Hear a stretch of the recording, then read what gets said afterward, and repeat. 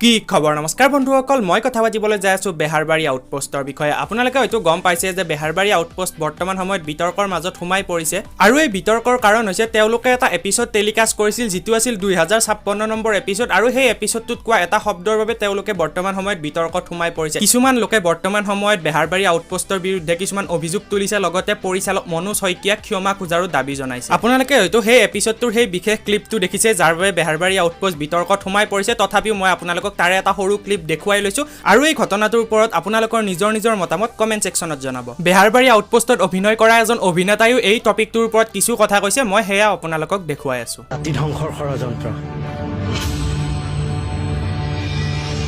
sir এবাৰ ভাবক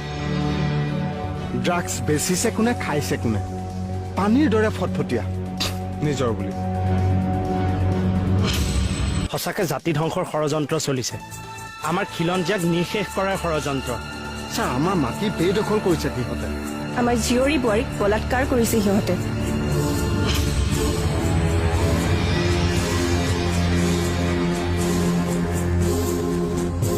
sir চিকিৎসকৰ ওপৰত আক্ৰমণ কৰিছে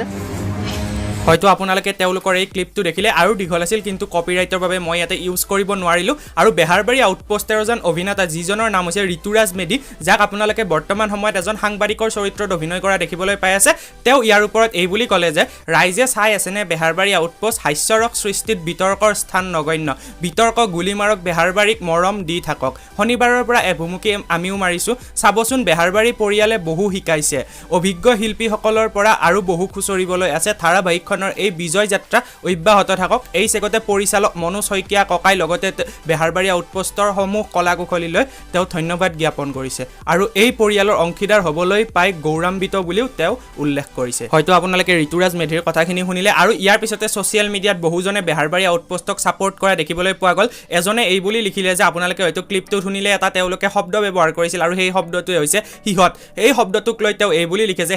#সিহঁত শব্দটোৱে যাৰ যাৰ গাত বিন্ধিছে সিহঁতৰ কথাত মনোজ শইকীয়া দাই কেৰেপ নকৰে ককাইদেউক চুবুৰীয়া গাঁৱৰ ল'ৰা হিচাপে সৰুৰে পৰাই জানো ক্ষমা খোজা বহু দূৰৰে কথা সিহঁতৰ কথাত গুৰুত্বও নিদিয়ে আমি সদায় আছো আপোনাৰ লগত ককাইদেউ আৰু আপোনালোকে যদি বৰ্তমান সময়ত বেহাৰবাৰী আউটপোষ্টৰ যিসমূহ এক্টৰ এক্ট্ৰেছ আছে তেওঁলোকৰ যদি ছ'চিয়েল মিডিয়াসমূহ খুলিছে তেতিয়াহ'লে হয়তো আপোনালোকে দেখিব যে বহুজন লোকে তেওঁলোকক ছাপোৰ্ট কৰাও দেখিবলৈ পোৱা গৈছে